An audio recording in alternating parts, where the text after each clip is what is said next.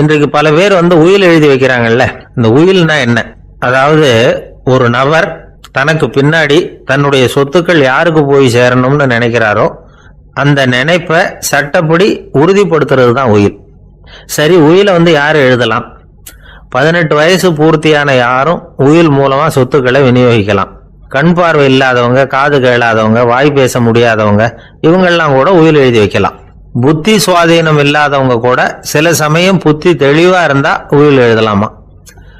குடிபோதையில் இருக்கிறவங்க, தாங்கள் என்ன செய்யறோங்கிறது தெளிவா அறிய முடியாதவங்க, நோய் நொடியில் இருக்கிறவங்க, இவங்கெல்லாம் உயில் எழுத முடியாது. ஒருத்தரை நிர்பந்தப்படுத்தி ஏமாத்தி அல்லது சுய நினைவில்லாத ஒருத்தர்கிட்ட எழுதி வாங்கி வைக்கிற உயில் செல்லாது. உயில இந்த முறையில தான், இந்த படிவத்துல தான் எழுதணும்னு சட்டத்துல விதி எதுவும் கிடையாது. இதுக்கு முத்திரை கட்டணமும் கிடையாது. உயில வெற்று காகிதத்துல எழுதலாம். அச்சு அடிக்கணும், டைப் அடிக்கணுங்கிற அவசியம் கூட இல்லை. கையாலேயே கூட எழுதலாம். எழுதி இருக்கிறது புரியணும், அவ்வளவுதான்.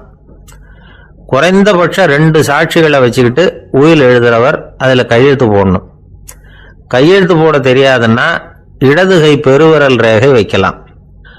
உயில் சாசனத்துக்கு சாட்சிகள் கையெழுத்து இல்லைன்னாலும் அது செல்லாது. அப்புறம் பிரிவிலேஜ்டு வில் அப்படின்னு இருக்கு. அதுக்கு மட்டும் சாட்சிகள் தேவையில்லை. அது என்னன்னா, இந்த விமானப்படை, கப்பல் படை அல்லது யுத்தத்துல பணிபுரியும் நபர்கள் அவங்கெல்லாம் இருக்கிறாங்க இல்லையா, அப்படிப்பட்டவங்க எழுதுற உயில் அது. அதுக்கு சில விசேஷ சலுகைகள் உண்டு. ஒருத்தர் முதல்ல ஒரு உயில் எழுதி வைக்கிறார், அதுக்கப்புறம் மனசு மாறி போகுது, அது வேணாம்னு நினைக்கிறார், ரத்து செஞ்சுடலாம். அதுக்கப்புறம் வேற உயிலும் எழுதலாம். உயிரோடு இருக்கிற வரைக்கும் எத்தனை தடவை வேணும்னாலும் உயில் எழுதலாம். கடைசியா எழுதப்பட்ட உயில் சட்டப்படி சரியா இருந்தா அதுதான் அமலுக்கு வரும். சரி, எழுதுற உயில ரகசியமா வச்சிருக்கிறது எப்படி? இது ஒரு கேள்வி.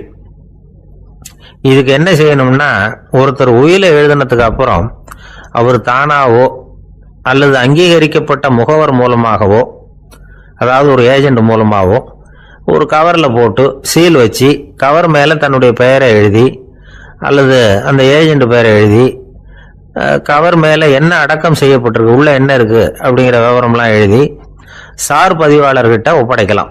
இதுக்கு கட்டணம் உண்டு. அதுக்கப்புறம் எப்ப தேவைப்படுதோ அப்போ ஒரு மனு கொடுத்து அந்த கவரை திரும்ப வாங்கிக்கலாம். இப்ப எழுதுற உயில இவ்வளவு நாளுக்குள்ள பதிவு செய்யணுங்கிற கால வரையறை உண்டா அப்படின்னு ஒரு கேள்வி வரலாம் இல்லையா? எப்ப வேணும்னாலும் பதிவு செய்யலாம். நம்மால் ஒருத்தர் ஒரு நாள் ரொம்ப அவசரமா வந்தார். இந்த உயில் எழுதுறது சம்பந்தமா பூரா விவரமா எனக்கு உடனே தெரியணும்னார். நான் உடனே அவரை வக்கீல் ஒருத்தர்கிட்ட அழைச்சிட்டு போனேன். இவர் அவர்கிட்ட எல்லா விவரமும் கேட்டு தெரிஞ்சுக்கிட்டார். ரொம்ப தேங்க்ஸ்ன்னு சொல்லிவிட்டு 2 பேரும் வெளியில வந்தோம்.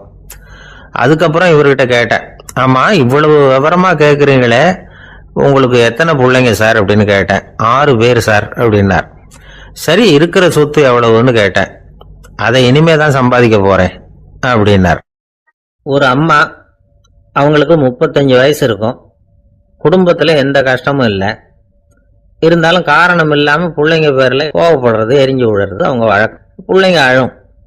உடனே அவங்க மனசும் சங்கடப்படும். இன்னொரு அம்மா, நல்ல வேலையில இருக்கிறவங்க, வாரத்துக்கு ஒரு தடவையாவது தலைவலி வந்துடும். இவங்களுக்கெல்லாம் உடம்புல எந்த கோளாறும் இல்லை, மனசு மட்டும் சரியா இருக்காது. தூக்க மாத்திரை கையில வச்சிருப்பாங்க. 30-35 வயசுடைய பெண்களுக்கு சர்வசாதாரணமா காணப்படுகிற மனக்கோளாறு இது.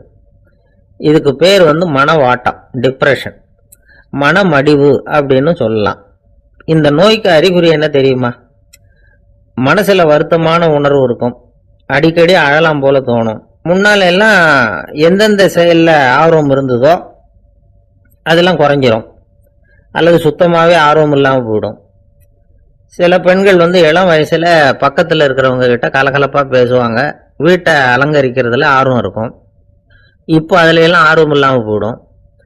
எந்த வேலை செஞ்சாலும் சீக்கிரம் களைப்பு அடைஞ்சுடுறது மாதிரி ஆயிடும். நமக்கு யாருமே உதவியா இல்லை, நம்ம எல்லாரும் கை விட்டுட்டாங்க போல இருக்குதே அப்படிங்கிற உணர்வுலாம் உண்டாகும். தன்னைத்தானே குறை சொல்லிக்குவாங்க. நாம தப்பு பண்ணிவிட்டோம் போல இருக்குதே அப்படின்னு தோணும். குற்றம் பண்ணிட்டதா நினைச்சு கஷ்டப்படுவாங்க. பசி இருக்காது, தூக்கத்துல தொந்தரவு இருக்கும். அடிக்கடி செத்து போடலாங்கிற உணர்வு வரும். தற்கொலை பண்ணிக்கலாங்கிற எண்ணம் உண்டாகும். சில பேர் தற்கொலை முயற்சியில கூட ஈடுபடுவாங்க. சில பேருக்கு பலவிதமான உடல் வலிகள் இருக்கும், பலவீனம் இருக்கும், சீக்கிரமாக களைப்படைஞ்சு போடுவாங்க. இதெல்லாம் மனவாட்ட நோய்க்கான தன்மைகள். இந்த மனவாட்டம் அதாவது டிப்ரெஷனை வந்து 2 வகையாக பிரிக்கலாமா. ஒன்று தானாக உண்டாக்கிக்கிறது, இன்னொன்று எதிர் விளைவை உண்டு பண்ணுகிற அல்லது நரம்பு சம்பந்தப்பட்ட டிப்ரெஷன். தானாக உண்டாக்கிக்கிற மனவாட்ட நோய் இருக்கு பாருங்க, அதுக்கு ஏதாவது சூழ்நிலை காரணமாக இருக்கலாம் அல்லது இல்லாமலும் போகலாம். மூளையில் வந்து டொப்பாமைன் அல்லது செரட்டோனின் இதோட அளவு வந்து குறையும் பொழுது இந்த டிப்ரெஷன் உண்டாகுது. இதுக்கு ஓரளவு பிறவி காரணங்கள் கூட இருக்கலாம். குடும்பத்தில் வேற சிலருக்கும் வரலாம். பாதிக்கப்பட்ட பெண்ணை வந்து பார்க்கறதுக்கு பலவீனமாக தெரியும், கடுமையான குற்ற உணர்வு இருக்கும், தனியாக இருக்கிறதுக்கு ஆசைப்படுவாங்க, நடு ராத்திரியில் எழுந்திரிச்சு உட்காந்து கஷ்டப்பட்டுக்கிட்டு இருப்பாங்க, கொடூரமான முறையில் தற்கொலை பண்ணிக்க முயற்சி பண்ணுவாங்க, தீ வச்சுக்கிறது, அமிலத்தை குடிக்கிறது, தூக்கில் தூங்குறது. இப்படி தானாக வரவழைச்சிக்கிற மனவாட்ட நோய் வந்து மறையக்கூடிய நோய். ஒரு தடவை வந்தால் 3லேருந்து 6 மாதம் வரைக்கும் நீடிக்கும். இடைப்பட்ட காலங்களில் நோயாளி இயல்பாக இருப்பார். எதிர் விளைவை உண்டு பண்ணுகிற அல்லது நரம்பு சம்பந்தப்பட்ட மனவாட்ட நோய் எப்படின்னா, கணவன் மனைவி மாமியார் மருமகள் இப்படிப்பட்ட உறவு முறை பிரச்சனைகள், தோல்விகள், எரிச்சல்கள், ஆபீஸ் பிரச்சனை இப்படிப்பட்ட சூழ்நிலையால் உண்டாகிறது. எல்லாத்துக்கும் மருந்து இருக்கு, மார்க்கம் இருக்குது, கவலைப்பட வேண்டியதில்லை, தைரியமாக இருக்கணும். உளவியல் மருத்துவம் இதுக்கு ரொம்ப உபயோகமாக இருக்கும். சில பெண்களை பாருங்க, அவங்க எதுக்கும் அலட்டிக்கிறது இல்லை. ஒரு அம்மா அப்படிதான் தன்னுடைய கணவனை அழைச்சிக்கிட்டு ஒரு மனநோய் மருத்துவர்கிட்ட வந்தாங்க. டாக்டர், எங்க வீட்டுக்காரர் திடீர்னு ஒரு மாதிரி ஆயிட்டார், வித்தியாசமா நடந்துகிறார். எப்படின்னா, இவர் தன்னையே ஒரு ஒட்டடை பூச்சியா நினைச்சுக்கிட்டு இருக்கிறார்.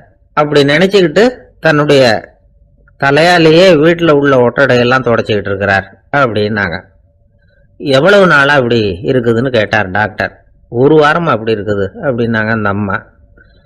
அப்படின்னா முன்னாடியே ஏன் அழைச்சிட்டு வரல அப்படின்னு கேட்டார் டாக்டர். வீடு பூரா சுத்தமாகட்டுமேனு பார்த்துக்கிட்டு இருந்தேன் டாக்டர் அப்படின்னாங்களாம் அந்த அம்மா. ஆரம்ப காலத்தில் ஒரு குரு, அப்போ ஒரு சீடன் இருந்தான். அது வேடிக்கையான குரு, வேடிக்கையான சீடன். ஒரு ஆசிரமம். ஒரு நாள் ஒருத்தன் அவசரமா அந்த குருவை தேடி வந்திருக்கிறான். என்ன விஷயம்னு விசாரிச்சார் குரு. உங்க சீடர் என்னை வந்து அடிச்சுட்டார் அப்படின்னு புகார் பண்ணானா அந்த ஆள். குரு சீடனை கூப்பிட்டார். அடிச்சியா இந்த ஆளை அப்படின்னு கேட்டாராம். ஆமான் இருக்கான் சீடன். ஏன் அடிச்சே அப்படின்னு கேட்டாராம். இந்த ஆள் உங்களை பத்தி மட்டமா பேசிவிட்டான், என்னால் அதை தாங்கிக்க முடியல, அதனாலதான் அடிச்சுட்டேன் இருக்கான். அப்படி என்ன பேசினா அப்படின்னு கேட்டாராம். உன்னுடைய குருநாதர் இப்பெல்லாம் அர்த்தமில்லாம பேச ஆரம்பிச்சுட்டார் அப்படின்னு சொல்லிவிட்டான், அதனாலதான் அடிச்சுட்டேன் அப்படின்னானா. அதுக்காக அடிச்ச அப்படின்னாராம். நான் அதுக்காக அடிக்கல குருவே, இப்பெல்லாம் நீங்க அர்த்தமில்லாம பேசுறதாக அவன் சொல்றான். அப்படின்னா இதுவரைக்கும் நீங்க அர்த்தத்தோட பேசினதாகத்தானே அர்த்தம், அது தப்பு தானே, அதனாலதான் அடிச்சேன் அப்படின்னானா. ஒரு பெரியவர் உட்கார்ந்து இருக்கிறார். அவரை சுத்தி அவருடைய தோழர்கள் உட்கார்ந்து இருக்கிறாங்க. ஏதோ ஒரு முக்கியமான செய்தியை அவர் வந்து அவங்களுக்கு சொல்லிட்டு இருக்கிறார். அவங்களும் ஆர்வமா கேட்டுக்கிட்டு இருக்கிறாங்க. இந்த சமயத்துல யாரோ ஒரு ஆள் வேகமா அங்க வர்றார். வர்ற வேகத்திலேயே எனக்கு ஏதாவது உதவி செய்யுங்க அப்படின்னு கேட்டுக்கிட்டே வர்றார். கேட்கறது உதவி, ஆனா குரல் வந்து மிரட்டுறது மாதிரி இருக்கு, அதட்டி கேட்கறது மாதிரி இருக்கு. இதை கேட்டது அந்த பெரியவர் ஆத்திரப்படலை, ஆனா அவரை சுத்தி இருந்தவங்க ஆத்திரப்பட்டாங்க. இதை பெரியவர் கவனிச்சார். கொஞ்சம் அமைதியா இருங்கன்னார். வந்தவரை கூப்பிட்டார். அவருக்கு சில பொருள்களை கொடுத்தார். என்னங்க இப்போ உங்களுக்கு மகிழ்ச்சி தானே அப்படின்னார். அப்படின்னு அலட்சியமா அவர் சொல்றார். நான் உங்களை நல்ல முறையில் நடத்தினேன்னா அப்படின்னு கேட்குறாரு அவர் மறுபடியும்.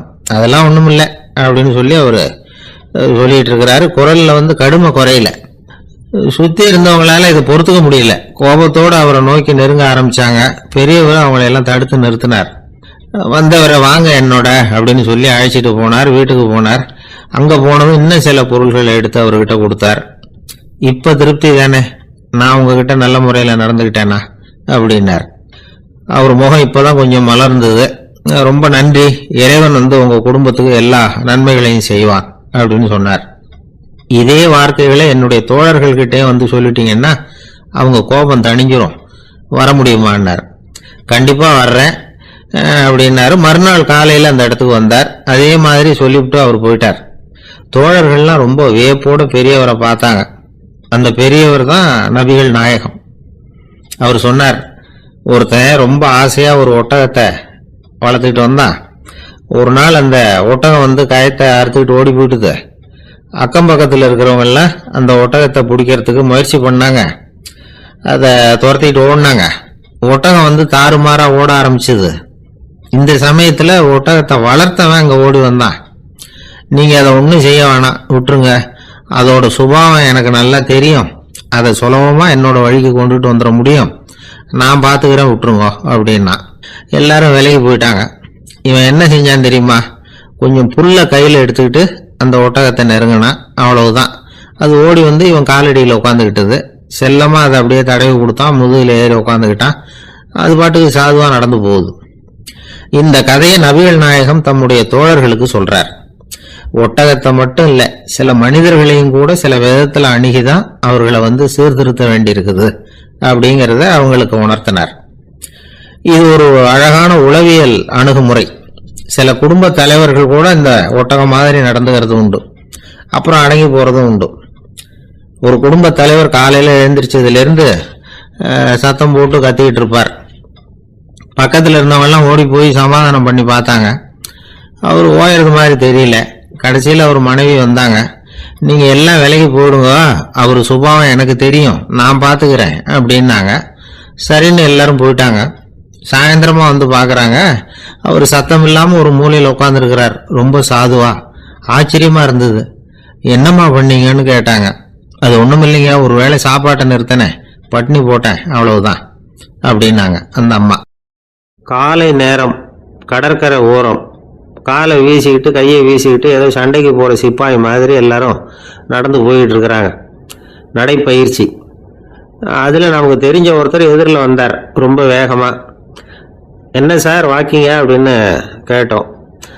அவரால் ஆமாம்னு பதில் சொல்ல முடியல. அவ்வளவு கஷ்டம். மூச்சு விடுறதுக்கே வாயை திறந்து மூடிட்டு இருக்கிறார். எங்கே பேசுறது? கொஞ்சம் நின்று நிதானிச்சு மூச்சு விட்டுட்டு அதுக்கப்புறம் சொன்னார் ஆமாம் அப்படின்னு.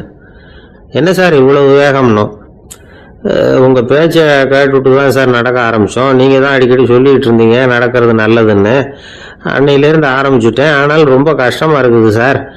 இப்போ பாருங்கள், உங்கள்கிட்ட சுலபமாக பேசக்கூட முடியல, மூச்சு வாங்குது, உடம்பு கூட வலிக்கிறது மாதிரி இருக்குது அப்படின்னு அவர் பாட்டுக்கு பேச ஆரம்பிச்சிட்டார். உங்களை யார் சார் இவ்வளவு வேகமாக நடக்க சொன்னது? வேகத்தை குறைங்க, மெதுவாக நடங்க அப்படின்னோம். நீங்கள் நடக்கிறதுனால என்னென்ன சௌகரியம்னு அன்னைக்கு சொன்னீங்களே தவிர சௌகரியமாக நடக்கிறது எப்படின்னு சொல்லலையே அப்படின்னார் அவர். இன்னமும் லேசாக மூச்சு வாங்கிக்கிட்டே சொன்னால் கூட இவர் சொல்கிறதுல ஒரு நியாயம் இருக்குது. அதனால் இந்த நடைப்பயிற்சி பண்ணுறவங்க கவனிக்க வேண்டிய சில முக்கியமான குறிப்புகள் இருக்குது. அது என்னென்னங்கிறத அவங்க தெரிஞ்சுக்கணும். அது தெரிஞ்சு வச்சுக்கிறது நல்லது. இதெல்லாம் மருத்துவ நிபுணர்கள் சொல்கிற குறிப்புகள். அவங்க என்ன சொல்கிறாங்க தெரியுமா? உங்கள் வயசு 40க்கு மேலேயா? உங்கள் எடை வந்து இருக்க வேண்டியதை விட 10 கிலோ அதிகமாக இருக்குதா? நீங்கள் புகை பிடிக்கிறவரா? இதய நோய், இரத்த நாள நோய், உயர் ரத்த அழுத்தம் இப்படி ஏதாவது உங்களுக்கு உண்டா?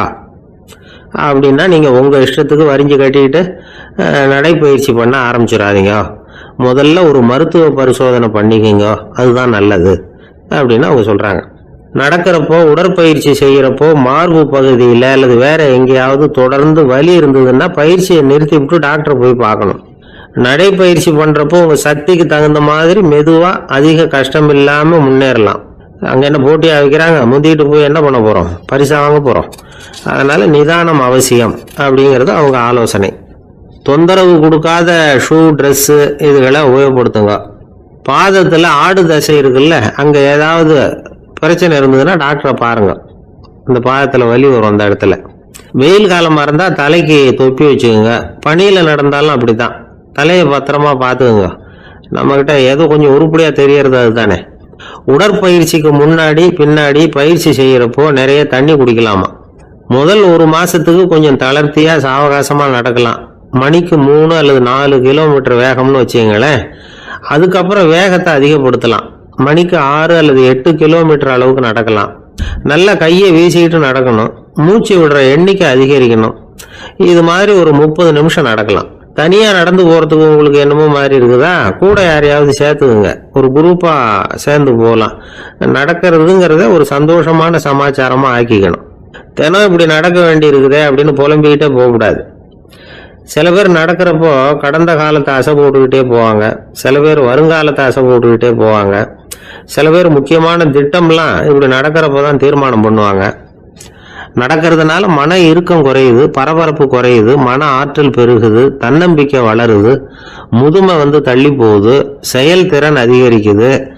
இதை தவிர உடம்புக்கும் பல விதமான சௌகரியங்கள் ஏற்படுது. அதனால இதுவரைக்கும் நடக்க ஆரம்பிக்காதவங்க இனிமே இந்த குறிப்புகளை கவனத்தில் வச்சுக்கிட்டு நடக்க ஆரம்பிச்சுடலாம். சார்லஸ் லேம்ப் அப்படின்னு ஆங்கில இலக்கிய மேதை ஒருத்தர், அவர் ஒரு தரம் உடம்பு சரியில்லைன்னு டாக்டர் கிட்ட போனாராம். டாக்டர் அவரை பார்த்துட்டு, நீங்கள் தினமும் காலையில் வெறும் வயத்தில் நடக்கணும் அப்படின்னாராம். வெறும் வயத்தில் நடக்கிறதுக்கு நான் தயார், ஆனால் வயிறு கிடைக்கணுமே சார், யார் வயத்து மேலே நடக்கிறது டாக்டர் அப்படின்னு கேட்டாராம் இவர். ஒரு குரு, இளம் சீடர்கள் எதிரில் உட்காந்துருக்கிறாங்க. குரு பாடம் நடத்திக்கிட்டு இருக்கிறார். சீடர்களுக்கு ஒரு ஆசை, அதாவது ஒரு முக்கியமான மந்திரத்தை நம்ம குருநாதர்கிட்ட இருந்து கத்துக்கணும் அப்படிங்கிறது அவங்க ஆசை. அது என்ன மந்திரம்னா, இறந்தவரை உயிர்ப்பிக்கக்கூடிய புனித மந்திரம், அதாவது செத்தவங்களுக்கு மீண்டும் உயிர் உண்டாக்குகிற மந்திரம். குருவே, தயவு பண்ணி அந்த மந்திரத்தை எங்களுக்கு உபதேசிக்கணும் அப்படின்னு கேட்டாங்க. அது ரொம்ப ஆபத்தானது, அது என்னத்துக்கு உங்களுக்கு வேண்டாமேன்னாராம் குரு. எங்களுடைய நம்பிக்கை உறுதிப்படுறதுக்காகத்தான் கேட்குறோம், வேற ஒன்றும் இல்லை அப்படின்னாங்களாம் சீடர்கள். பக்குவப்படாத அறிவுங்கிறது ரொம்ப ஆபத்தானது அப்படின்னாராம் குரு. இது சீடர்களுக்கு புரியல. அது எப்படிங்க பக்குவப்படாத அறிவு ஆபத்தானதுன்னு சொல்றீங்க, அப்படின்னா என்ன அப்படின்னு கேட்டிருக்காங்க சீடர்கள். குரு அதுக்கு விளக்கம் கொடுத்தாராம். அந்த மந்திரத்தை எப்போ பயன்படுத்தணுங்கிறது முக்கியம். அதை அறியக்கூடிய ஞானம் ஏற்படுகிற வரைக்கும் அதை தெரிஞ்சுக்காம இருக்கிறது தான் நல்லது, இல்லைன்னா ஆபத்துன்னாராம். ஆனா அந்த சீடர்கள் அதை கேட்குற மாதிரி இல்லை, ரொம்ப பிடிவாதம் பண்ண ஆரம்பிச்சுட்டாங்க. சரி வாங்க சொல்றேன்னார் குரு. எல்லாரும் வந்தாங்க. அந்த புனித மந்திரத்தை அவங்களுக்கு ரகசியமா உபதேசம் பண்ணார். உபதேசம் பண்ணிவிட்டு அவங்களுக்கு எச்சரிக்கையும் கொடுத்தார். இந்த மந்திரத்தை நல்லா ஆராய்ச்சி பார்த்ததுக்கு அப்புறம் தான் உச்சரிக்கணும், அவசரப்பட்டு எதுவும் செஞ்சிடக்கூடாது அப்படின்னு ஒரு தடவைக்கு பல தடவை எச்சரிக்கை கொடுத்தார். சரின்னு சொல்லிவிட்டு அவங்க எல்லாம் மந்திரத்தை கத்துக்கிட்டு எழுந்திரிச்சு போயிட்டாங்க. ஒரு நாள் அந்த சீடர்கள் எல்லாம் மணற்பாங்கான இடத்துல அப்படியே நடந்து போயிட்டு இருக்கிறாங்க. ஒரு பாலைவன பகுதி மாதிரி ஒரு இடம். அங்க ஒரு இடத்துல எலும்புகள் குவியலா கிடந்தது. உடனே இந்த சீடர்கள் முன்ன பின்ன யோசிக்காம, தியானமும் பண்ணாம, அந்த மந்திரத்தோட பயனை சோதிச்சு பார்க்கணும் அப்படின்னு நினைச்சுக்கிட்டு அந்த மந்திரத்தை உச்சரிக்க ஆரம்பிச்சுட்டாங்க. அவ்வளவுதான். உடனே என்னாச்சு தெரியுமா, அந்த எலும்புகள் எல்லாம் ஓநாய்களா மாறி அவங்கள துரத்த ஆரம்பிச்சுட்டுது. சீடர்கள் எல்லாம் தலைதெறிக்க ஓட ஆரம்பிச்சுட்டாங்க. ஓநாய்களும் விடல, அவங்கள துரத்தி பிடிச்சி கடிச்சு கொதற ஆரம்பிச்சுட்டுது. அப்போதான் அந்த சீடர்களுக்கு குரு சொன்ன அறிவுரையோட அர்த்தம் புரிஞ்சுது. பக்குவப்படாத அறிவு ஆபத்தானது அப்படிங்கிறது. அதனால இதுல இருந்து நாம தெரிஞ்சுக்க வேண்டியது என்னன்னா, நாம நம்ம அறிவை வளர்த்துக்கிட்டா மட்டும் போதாது, அந்த அறிவை எப்போ எப்படி பயன்படுத்தணும் அப்படிங்கிற பக்குவமும் நமக்கு வரணும். அப்பதான் வாழ்க்கை நல்லபடியா அமையும், இல்லைன்னா இடைஞ்சல் தான். இந்த காலத்துல சில சின்ன பிள்ளைங்களுக்கே அறிவு ரொம்ப பக்குவப்பட்டிருக்குங்கிறத உணர முடியுது. ஒரு சின்ன பையன் பள்ளிக்கூடத்துல மார்க் லிஸ்ட் கொடுத்தாங்க, வாங்கிக்கிட்டு அவசரமா வீட்டுக்கு ஓடினா. எதிரில் வந்த ஒருத்தர் கேட்டார், என்ன அவசரம், ஏன் இப்படி வேகமா ஓடுறேன்னார். எங்க அம்மா கிட்ட அடி வாங்கணும், அதுக்காக தான் ஓடுறேன்னா. அடி வாங்கறதுக்கா இவ்வளவு அவசரம்னார் அவரு. அப்படி இல்லைங்க, நான் போறதுக்குள்ள எங்க அப்பா வீட்டுக்கு வந்துட்டாருன்னா அவர்கிட்ட அடி வாங்க வேண்டியிருக்கும், அதை அவாய்ட் பண்றதுக்காக இப்படி ஓடுறேன் அப்படின்னு நானும். அந்த பையன் ஒரு நண்பர், சினிமா படம் தயாரிக்கிறவர், அவர்கிட்ட ஒரு நாள் பேசிக்கிட்டு இருந்தேன். அது எப்படி சார், நீங்க எடுக்கிற எந்த படமும் கையை கடிக்காத அளவுக்கு எடுத்துடுறீங்களே, அது எப்படின்னு கேட்டேன். அது ஒன்றும் பெரிய விஷயம் இல்லை சார், பெண்களுக்குன்னு சில உருக்கமான காட்சிகள், இளைஞர்களுக்குன்னு சில நடனங்கள், அடிதடி காட்சிகள், அப்புறம் வயசானவங்களுக்குன்னு சில ஆன்மீக காட்சிகள், சின்ன பிள்ளைங்களுக்கு சிரிப்பு, இப்படி எல்லாமும் சேர்த்து நான் படம் எடுக்கிறேன். மசாலா படம்னு பேரு. இது ரொம்ப பெருசா இல்லைன்னாலும் ஓரளவுக்கு சுமாரா ஓடிரும், கையை கடிக்காது அப்படின்னார். இது ஒரு உத்தி. சில பத்திரிகை ஆசிரியர்களும் இந்த உத்தியை கையாளுறது உண்டு. இந்த உத்திக்கு பார்னம் உத்தி அப்படின்னு பேர், பார்னம் எஃபெக்ட் அப்படின்னு சொல்லுவாங்க. அதாவது ஃபீனியஸ் டி பார்னம் அப்படின்னு ஒருத்தர் அமெரிக்காவில் இருந்தாராம். அதாவது 19ஆம் நூற்றாண்டுல அமெரிக்காவில் கொடிகட்டி பறந்த ஒரு சர்க்கஸ் நிறுவனத்தின் அதிபர் அவர். இந்த உலகத்துல ஒவ்வொரு நிமிஷமும் ஒரு ஏமாளி பறந்துகிட்டே இருக்கிறான் அப்படிங்கிறது அவருடைய சித்தாந்தம். ஒவ்வொருத்தரையும் திருப்திப்படுத்துற அளவுக்கு அம்சங்களை கொஞ்சம் கொஞ்சமா கலந்து கேளிக்கை நிகழ்ச்சிகளை நடத்தினதுதான் அவருடைய மகத்தான வெற்றிக்கு காரணம். அதனால அந்த உத்தியை யாரு கடைபிடிச்சாலும் சரி, அதுக்கு பார்னம் உத்தி அப்படின்னு பேர் வந்துட்டுது. ஜோசியம் சொல்றவங்களுக்கும் இந்த உத்தி தான் கை கொடுக்குது. ஒரு விஷயத்த ஒருத்தருடைய கோள் நிலைகள் அல்லது கையெழுத்து நிரூபிக்கிறதாக அவர்கிட்ட சொன்னா அதை அவர் நம்பிவிடுவார்.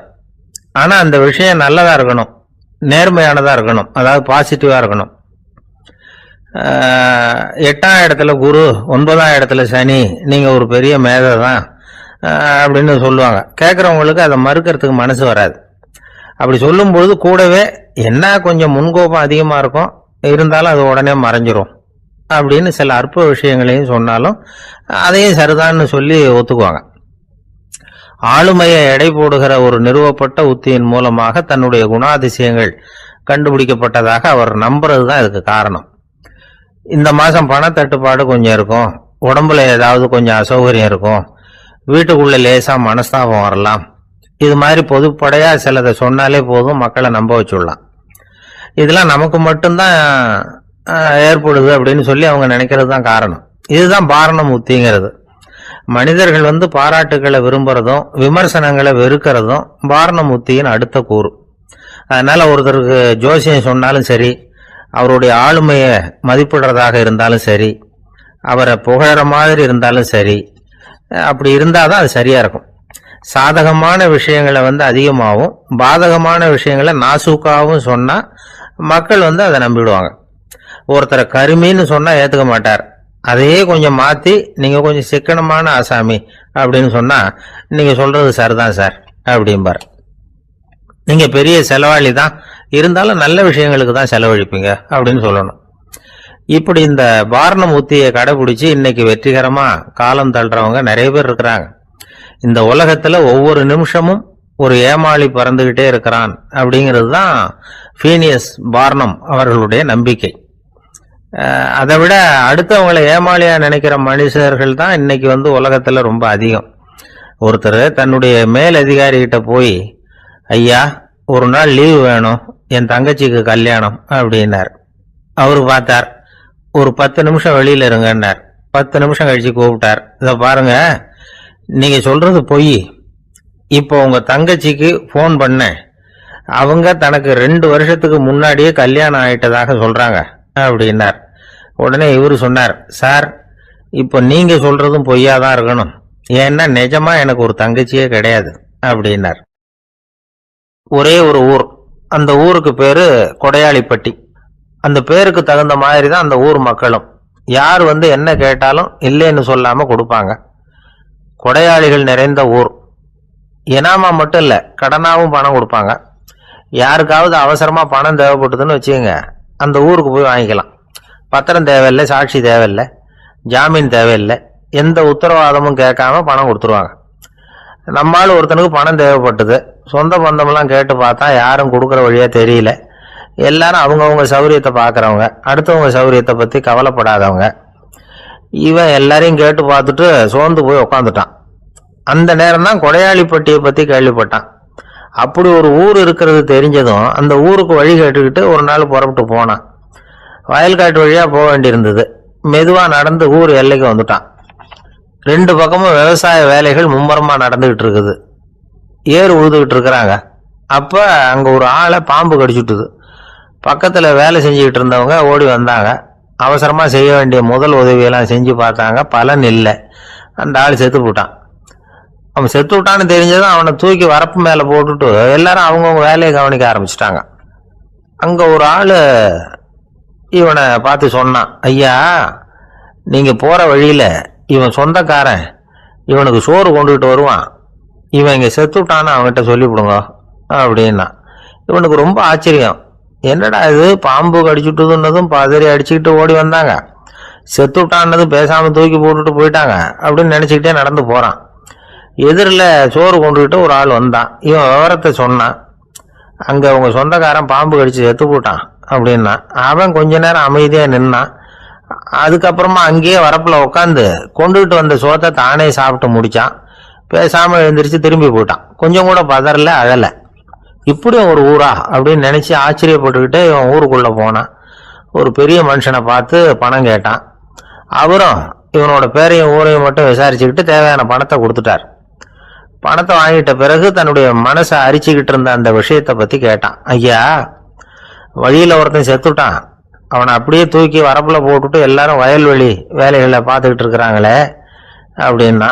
இதுக்கு அந்த பெரியவர் சொன்னார், ஆமா அப்படித்தான் செய்வோம், வேலை முடிஞ்சு வீட்டுக்கு திரும்புறப்போ அவனை தூக்கிட்டு வந்து அடக்கம் பண்ணிடுவோம் அப்படின்னார். ரொம்ப ஆச்சரியமா இருக்கு அப்படின்னா. ஏன் உங்க ஊர்ல யாராவது செத்துட்டா என்ன பண்ணுவீங்க அப்படின்னு கேட்டார். என்ன இப்படி கேட்குறீங்க, எங்க ஊர்ல எல்லாம் பணத்தை தூக்க விட மாட்டாங்க, ஒப்பாரி வைப்பாங்க, கட்டி புரண்டு அழுது புலம்பி தீத்துருவாங்க அப்படின்னா. இவன் பெரியவர் பார்த்தார். அவங்கிட்ட கொடுத்த பணத்தை லபக்குன்னு பறிச்சுக்கிட்டார். திருப்பி வாங்கிட்டார். இவன் பதறி போய் நிற்கிறான். அவர் சொன்னார், பணத்தையே விட மாட்டேன்னு கட்டுப்பிடிச்சி அழுதா நான் கொடுத்த பணத்தை மட்டும் எப்படி திருப்பி கொடுக்க போற, போயிட்டு வா அப்படின்னு விரட்டி விட்டாராம். இந்த கதையை நண்பர் ஒருத்தர் சொன்னார்.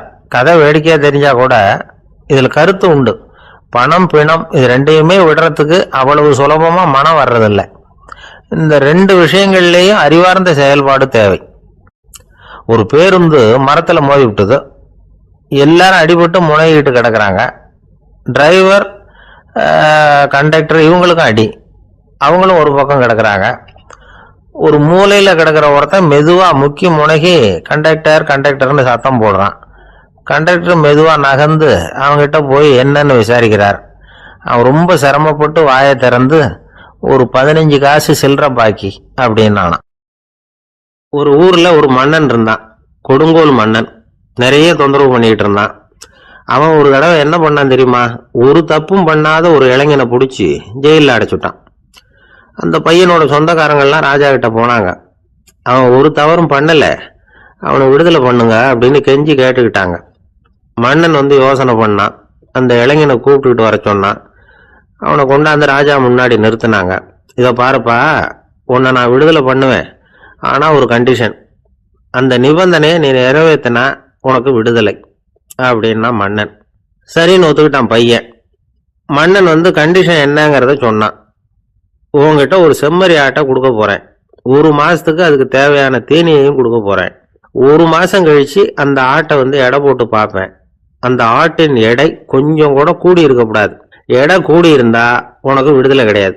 என்ன சொல்ற அப்படின்னா. பையனுக்கு ஒன்றும் புரியல, பயமா போட்டுது. குழம்பிக்கிட்டே நின்றுகிட்டு இருக்கிறான். சரி, ஒரு நாள் டைம் தரேன், நல்லா யோசனை பண்ணி பார்த்துட்டு நாளைக்கு உன் முடிவை சொல்லு அப்படின்னா மன்னன். பையன் கவலையோட வெளியில வந்தான். அங்க ஒரு பெரியவர் நின்றுகிட்டு இருந்தார். அவர்கிட்ட விஷயத்தை சொன்னான். அந்த பெரியவர் இந்த பையனுக்கு காதோட காதா ஒரு வழியை சொல்லி கொடுத்தார். அதை கேட்டதும் பையன் மறுபடியும் மன்னன் முன்னாடி வந்து நின்னா, உங்க நிபந்தனையை ஏத்துக்கிறேன்னு சொன்னான். மன்னன் வந்து ஒரு ஆட்டுக்குட்டியையும் அதுக்கு 1 மாசத்துக்கு தேவைப்படுற தீவனத்தையும் கொடுக்கும்படியா உத்தரவு போட்டான். கொடுத்தாங்க, ஓடிட்டு போயிட்டான். 1 மாசம் தினமும் தவறாம அந்த தீவனத்தை ஆட்டுக்குட்டிக்கு போட்டுக்கிட்டு இருக்கிறான். 1 மாசம் கழிச்சு அந்த ஆட்டை வந்து அரண்மனைக்கு ஓட்டிட்டு போனான். மன்னன் அதை எடை போட்டு பார்க்கறான். எடை கூடவே இல்லை, அப்படியே தான் இருக்குது. உடனே போட்ட நிபந்தனைப்படி அந்த இளைஞனை வந்து விடுதலை பண்ணிவிட்டான். சரி, ஆட்டுக்கு எடை கூடாம இருக்கிறதுக்கு அந்த பெரியவர் சொல்லி கொடுத்த யோசனை என்ன அப்படின்னா, அது வேற ஒண்ணும் இல்லை. அந்த ஆட்டுக்கு எதிரில் அது கண்ணுல படுற மாதிரி ஒரு ஓநாயை கட்டி போட சொன்னார். அவ்வளவுதான். ஆட்டுக்கு ஓநாய்ங்கிறது பிறவி பகை. ஓநாயை பார்த்தா ஆடு நடுங்க ஆரம்பிச்சிரும், அவ்வளவு பயம். தினமும் அந்த ஆடு பயந்துகிட்டே தீனி சாப்பிட்டுது, எடை கூடல. அதுதான் ரகசியம். இது வந்து சின்ன பிள்ளைங்களுக்கான ஒரு கதை. இதுல இருந்து தெரிஞ்சுக்க வேண்டிய உண்மை என்னன்னா, நாமெல்லாம் சாப்பிடுறப்ப மனசும் உடம்பும் அமைதியா இருக்கணும். அப்பதான் அது உடம்புல விட்டோம். அவசரத்திலையும் பயத்திலையும் சாப்பிட்டா அது சரியா ஜீரணம் ஆகாது. இன்னொரு ராஜா இருந்தார். அவரும் ஒரு இளைஞனை ஜெயிலில் அடைச்சு விட்டார். விடுதலை பண்ணணும்னா ஒரு கண்டிஷன்னார். என்னன்னு கேட்டான். ஒரு ஆட்டுக்குட்டியை உன் முன்னாடி கொண்டாந்து நிறுத்துவேன், நீ அதுகிட்ட ஒரு கேள்வி கேட்கணும், அதுக்கு சரியான பதிலை சொல்லணும். அப்படி செஞ்சுட்டா உனக்கு விடுதலைன்னார். இளைஞன் யோசனை பண்ணி பார்த்தான். சரின்னு ஒத்துக்கிட்டான். அது பிரகாரமே ஆட்டுக்குட்டிய பதில் சொல்ல வச்சுட்டான். என்ன நடந்தது தெரியுமா? ஆட்டுக்குட்டியை கொண்டாந்து நிறுத்தினாங்க. இவன் மெதுவா அதுகிட்ட போனான். அது காதுகிட்ட போய் ஏப்ரலுக்கு அடுத்த மாசம் என்ன மாசம்னு கேட்டான். அது உடனே மேன்னு கத்திச்சு. இவன் விடுதலை ஆயிட்டான். வாழ்க்கையில ரொம்பவும் அடிபட்டு அல்லல் போட்டுக்கிட்டு இருக்கிற ஒருத்தர் வந்தார். மனசு ரொம்பவும் நொந்து போய் பேசினார். இந்த உலகத்துல மனுஷனா பிறந்ததை விட மாடா பிறந்திருக்கலாம் சார் அப்படின்னார். திடீர்னு வந்து என்கிட்ட இப்படி சொன்னா அதுக்கு நான் என்னங்க பண்ண முடியும் அப்படின்னேன். உங்ககிட்ட வரணும்னு தோணுச்சு, அதனால வந்தேன் அப்படின்னார். சரிங்க, இப்படி ஒரு யோசனை வந்ததுக்கு என்ன காரணம் அப்படின்னு சொல்லி அவர்கிட்ட கேட்டேன். அதுக்கு அவர் சொன்னார், என் பையனுக்கு வேலை தேடுறேன் கிடைக்கல, பொண்ணுக்கு மாப்பிள்ளை தேடுறேன் கிடைக்கல, வீடு கட்டுறதுக்கு கடன் கேட்குறேன் கிடைக்கல, மாடா பிறந்திருந்தா இது மாதிரி கவலையெல்லாம் கிடையாதுல்ல, பேசாம வைக்கோலை தின்னுக்கிட்டு அசை போட்டுக்கிட்டே கடந்து விடலாமே அப்படின்னாரு அலட்சியமா. அதுக்கப்புறம் தான் அவர் சொன்ன கருத்தை நானும் கொஞ்சம் அசை போட ஆரம்பிச்சேன் மனசுக்குள்ள. இப்போ இயற்கையை பொறுத்த வரைக்கும் அது நாம எல்லாரும் மகிழ்ச்சியா வாழணும் அப்படின்னு தான் விரும்புது. விலங்குகள், பறவைகள், தாவரங்கள், அப்புறம் மற்ற உயிரினங்கள் எல்லாமும் நல்லபடியா இருக்கணும் அப்படிங்கிறது தான் இயற்கையோட விருப்பம். அதுல ஒன்றும் சந்தேகம் இல்லை. இயற்கையோட அமைப்பை கொஞ்சம் கவனிச்சு பார்த்தா அதை நாம நல்லா புரிஞ்சுக்கலாம். இருந்தாலும் இந்த ஆள் சொன்னதை கேட்ட பிறகுதான் ஒரு முக்கியமான வேறுபாடு புரிஞ்சுது. அதாவது இந்த உலகத்துல உள்ள முக்கியமான பிரச்சனைகள் 6. அந்த 6 பிரச்சனைகளும் ஆடு மாடுகளுக்கு கிடையாது, மரம் செடி கொடிகளுக்கு கிடையாது. ஆனா மனுஷன் அந்த 6 பிரச்சனைகளையும் சந்திக்க வேண்டியிருக்கு. சரி, அந்த 6 பிரச்சனைகள் என்னென்ன தெரியுமா? முதல்ல இந்த ஆடு மாடுலாம் நமக்குன்னு சொந்தமா ஒரு வீடு இல்லையே அப்படின்னு கவலைப்பட்டுக்கிட்டு இருக்கிறது இல்லை. ஆனா மனிதனுக்கு வீடு தேவைப்படுது. இது ஒரு வித்தியாசம். இப்ப 2வது பிரச்சனை என்னன்னா ஆடை பிரச்சனை. ஒரு கோழியோ சேவலோ நாம போட்டுக்கிறதுக்கு ஒரு சட்டை இல்லையே அப்படின்னு கவலைப்படுறது இல்லை. ஆனா மனுஷனுக்கு அந்த கவலை உண்டு. சரி, இப்போ 3வது என்னன்னு பார்த்தா கல்வி பிரச்சனை. ஒரு பசுமாடு கவலையோட நின்றுகிட்டு இருக்கு அப்படின்னு வச்சுக்குவோம். நீங்க அதுகிட்ட போய் ஏன் பசுமாடை கவலையோட நின்றுகிட்டு இருக்கிற அப்படின்னு கேட்குறீங்க. என் கண்ணுக்குட்டிக்கு எல்கேஜியில் இடம் கிடைக்கல, டொனேஷன் கொடுக்கறதுக்கு கையில் பணமும் கிடையாது, சிபாரிசுக்கு யாரை பிடிக்கிறதுன்னு தெரியல, இப்படியா சொல்லிகிட்டு இருக்கோம். அதுக்கு அந்த கவலையெல்லாம் கிடையாது. ஆனால் மனிதனுக்கு அந்த கவலை உண்டு. 4வது என்னன்னு பார்த்தீங்கன்னா வேலை வாய்ப்பு பிரச்சனை. வேலை கிடைக்கலையே அப்படின்னு வேப்ப மரம் கவலைப்படுறதில்ல, ஆனால் மனுஷன் கவலைப்படுறான். 5வது என்னன்னு பார்த்தா கல்யாண பிரச்சனை. எருமை மாடு பசுமாடு எல்லாம் பொண்ணுக்கு மாப்பிள்ளை தேடிட்டாலே இது பேப்பரில் மணமகன் தேவை அப்படின்னு விளம்பரமாக கொடுக்குது, அதெல்லாம் கிடையாது. 6வது என்னன்னு பார்த்தீங்கன்னா பணம் சம்பந்தமான பிரச்சனை. ஆடு மாடுலாம் பணத்தை சேமிக்கணும்னோ ஏதாவது நிதி நிறுவனத்தில் முதலீடு பண்ணணும்னோ நினச்சிக்கிட்டு இருக்கிறதில்ல. பணத்தை எப்படி காப்பாற்றுறது அப்படிங்கிற கவலையும் அதுகளுக்கு கிடையாது. குதிரை வந்து குளம்போடு பிறகுது, அதனால் அது காடு மேடெல்லாம் கவலை இல்லாமல் தெரியலாம். ஆடு வந்து உடம்புல ரோமத்தோடு பிறகுது, அதனால் அது குளிரை பற்றி கவலைப்பட வேண்டிய அவசியம் இல்லை. ஆனால் மனுஷனை பார்த்தீங்கன்னா அவன் தான் ஒன்றுமில்லாமல் பிறக்கிறான். ஏன் இந்த பாகுபாடு அப்படின்னு கேட்டால் இதை பற்றி கொஞ்சம் சிந்திச்சு பார்க்கணும். அதாவது இந்த சந்தேகத்தை ஒரு பெரியவர்கிட்டையும் கேட்டேன். அவர் சொன்னார் இதுக்கு பதில். அவர் இதே கேள்வியை இயற்கை கிட்ட கேட்டாராம். இயற்கை பதில் சொல்லிச்சான். வேற யாருக்கும் கொடுக்காத ஒரு வலுவான கருவியை, ஒரு பவர்ஃபுல் வெப்பன் மனுஷனுக்கு கொடுத்துருக்கிறேன்னு, அந்த கருவியை உபயோகப்படுத்தி அந்த 6 பிரச்சனையை மட்டும் இல்லை 6 கோடி பிரச்சனைகள் இருந்தாலும் அதையெல்லாம் சமாளிக்கலாம். அது கருவி என்ன தெரியுமா? அதுதான் 6வது அறிவு. அதை உபயோகப்படுத்தினா காலுக்கு செருப்பு தயார் பண்ணிக்கலாம், குளிருக்கு போர்வை தயார் பண்ணிக்கலாம், என்ன வேணும்னாலும் செய்யலாம் அப்படின்னு இயற்கை பதில் சொல்லிச்சான். அதனால நாம செய்ய வேண்டியது என்னன்னா இயற்கையை முதல்ல சரியா புரிஞ்சுக்கணும். இயற்கையின் படைப்பையே நாம சரியா புரிஞ்சுக்கிறது இல்லையா, அதுதான் வேதனை. இந்த கதையை கேளுங்க. இப்ப நகரத்திலிருந்து ஒரு ஆளு கிராமத்துக்கு வந்தான். அங்க ஒரு சிறுவன் மாடு மேய்ச்சிக்கிட்டு இருந்தான். நகரத்து ஆள் சொன்ன, எவ்வளவு அழகான பசு, அது சரி இதுக்கெல்லாம் ஏன் கொம்பு இல்லைன்னா. இதுக்கு அந்த பையன் பதில் சொன்னான், பசுமாட்டுக்கு கொம்பு இல்லாததுக்கு பல காரணங்கள் உண்டு.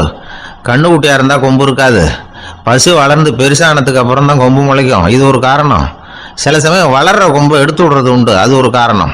ஆனா இதுக்கு ஏன் கொம்பு இல்லைன்னு கேக்குறீங்க, அதுக்கு என்ன காரணம்னா இது பசு இல்லை குதிரை அப்படின்னானா. ஒருத்தர் ரொம்பவும் மகிழ்ச்சியா வந்துகிட்டு இருந்தார். என்ன விஷயம்னு விசாரிச்சேன். நான் தோத்து போயிட்டேன், அதுதான் மனசுக்கு மகிழ்ச்சியா இருக்கு அப்படின்னார். எனக்கு இது ரொம்ப ஆச்சரியமா போச்சு. இந்த உலகத்துல தோத்து போறவங்க யாரும் மகிழ்ச்சியா இருக்கிறது இல்ல. அப்படி இருக்கிறப்ப இவர் இப்படி சொல்றாரு. எங்க தோத்து போனீங்கன்னு கேட்டேன். அதுக்கப்புறம் தான் அவர் விவரமா சொன்னார். என்னோட 5 வயசு குழந்தையோட நான் விளையாடிக்கிட்டு இருந்தேன். அந்த விளையாட்டுல என் குழந்தை ஜெயிச்சு விட்டுது, நான் தோத்து போயிட்டேன் அப்படின்னார் ரொம்ப உற்சாகமா. நான் யோசிச்சு பார்த்தேன். அதாவது நாம சின்ன குழந்தையா இருக்கிறப்போ எந்த விளையாட்டுல கலந்துக்கிட்டாலும் அதுல நாம தான் ஜெயிக்கணும்னு ஒரு வெறி நமக்குள்ள இருக்கும். நம்மளை எதிர்த்து விளையாடுறவர் நல்லவரா கெட்டவரா, பெரியவரா சின்னவரா அப்படிங்கறதெல்லாம் முக்கியம் கிடையாது. அவர் தோத்து போகணும், நாம ஜெயிக்கணும், அதுதான் முக்கியம். எதிரியை சந்தோஷப்படுத்த விளையாடுகிற கலை அப்ப நமக்கு தெரியறதில்ல. வாழ்க்கையில ஒரு பக்குவம் வந்ததுக்கு அப்புறம் வெற்றி பெறணுங்கிற மன அழுத்தம் போயிடுது. போட்டியில ஜெயிக்கணுங்கிறத விட குழந்தைய சந்தோஷப்படுத்தணுங்கிறது முக்கியமா போச்சு. ஜெயிக்கணுங்கிற வெறி ஓடி போட்டுது. ஒரு குழந்தையா இருந்தப்போ நம்ம வளர்ச்சிக்கு உதவிய வெறி பெரியவனானதுக்கு பிறகு நமக்கு எதிரியா மாறுது. அதை சரியான சமயத்துல நாம புரிஞ்சுக்கிட்டோம்னா போதும், நாம பொழைச்சிக்கலாம். ஒவ்வொரு மனுஷனுமே வாழ்க்கையோட அடுத்த கட்ட வளர்ச்சியில அடி எடுத்து வைக்கிற நேரத்துல தன்கிட்ட இருந்து ஏதோ ஒரு குணத்தை அல்லது தன் கூட இருந்த ஏதோ ஒரு உறவை நாம இழக்கத்தான் வேண்டி இருக்குது.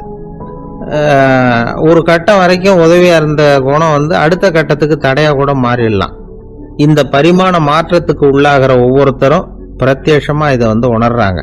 ஆனா பல பேர் எப்படின்னா பழசை திறந்துட்டு புதிய கொள்கைகளை உருவாக்கிக்கிறதுக்கு இஷ்டம் இல்லாம இருந்துடுறாங்க, அல்லது அப்படி செய்ய முடியாம தவிக்கிறாங்க.